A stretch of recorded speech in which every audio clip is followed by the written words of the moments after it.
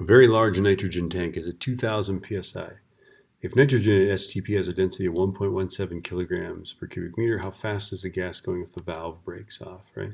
So this is very similar to the last example problem, only now we're calculating what that velocity has to be. And basically it would be the velocity that generates this difference in pressure, right? So we've got the tank here, right? This is situation 1 inside the tank, 2 outside the tank, right? Inside the tank, it's 2,000 psi. Inside the tank, it's 2,000. Outside, it's 14.7 psi, right? Okay. So I guess what we need to do is convert these first to pascals, right? So 14.7 psi is going to be 1.013 times 10 to the 5th pascals, because that's what an atmosphere is, right? And then 2,000, I'm going to go 2,000 divided by 14.7 times 1.013 E5. And this is 1.3782 times 10 to the 7th, dear Lord, pascals. That's a lot of pressure. Okay. So now we've got those pressures. We can now just set up our Bernoulli equation, right? So 1/2 rho V1 squared plus rho GZ1 plus P1 is equal to 1/2 rho V2 squared plus rho GZ2 plus P2, right? Now notice that the valve breaks off when it's horizontal, so there's no change in height from here to here. Not that hydrostatic pressures with the gas would be,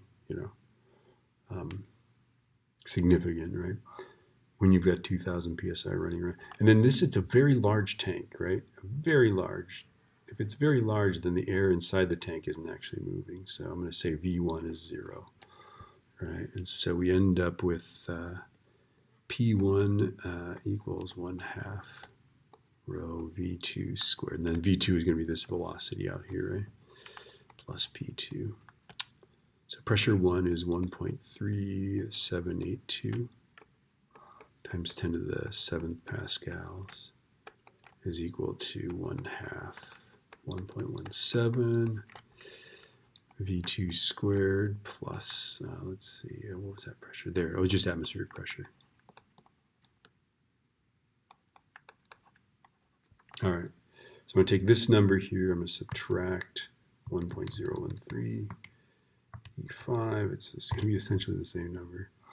Okay, and then I'm going to go times 2 divided by 1.17. I now have what is V squared, and I'm going to square root that, raised to the 0.5.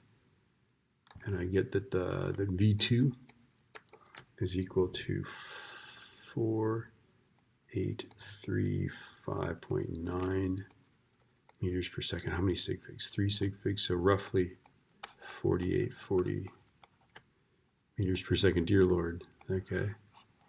Now, obviously, there's the Mythbusters did a thing on this. There's a couple videos about tanks, these high pressure tanks. You want to be careful. You don't want them to fall over because they do turn into rockets if that neck breaks off of them.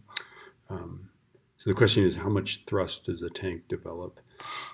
What you're going to do that is figure out 4,840 meters per second, right? The nozzle, oh, it's 1.2 centimeters in diameter. So what you want to do is figure out how much mass per second is what's that change in mass, right? Every second that's going out of the nozzle. And the way you do that is you figure out the volume of a cylinder that is 4,840 meters long, right?